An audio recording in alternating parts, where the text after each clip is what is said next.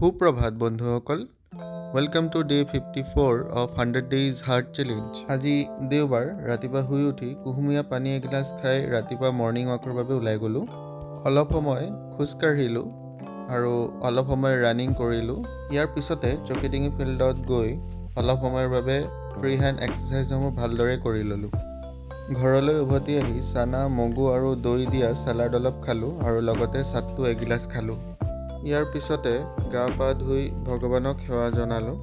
দেওবাৰ হোৱা বাবে ঘৰুৱা কাম কিছুমান কৰিলোঁ আৰু লগতে গাড়ীখন চাফা কৰিলোঁ, যিহেতু বৰষুণৰ বাবে গাড়ী লেতেৰা হৈ আছিলে। এয়া চাওকচোন, কি চৰাই নাৰিকল গছজোপাত বহি ৰ'দ লৈ আছে। আপোনালোকে বাৰু এই চৰাইটোৰ নামটো কমেণ্টত জনাবচোন, আৰু এই চৰাইবিধ আপোনালোকৰ অঞ্চলত আহেনে কমেণ্ট কৰি জনাবলৈ নাপাহৰিব।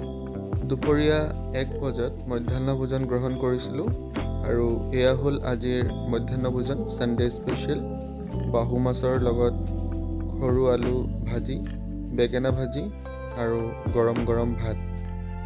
আজি দেওবাৰ হোৱা বাবে ঘৰতে য়োগা অভ্যাস কৰি ল'লোঁ। প্ৰায় 1 ঘণ্টামান য়োগা অভ্যাস কৰিলোঁ। ইয়াৰ পিছতে ভাগৱত গীতা পাঠ কৰিছিলোঁ। আজি নৱম অধ্যায়ৰ 9টা শ্লোক পাঠ কৰিলোঁ আৰু ইয়াৰ অৰ্থসমূহ ভালদৰে বুজি ল'লোঁ।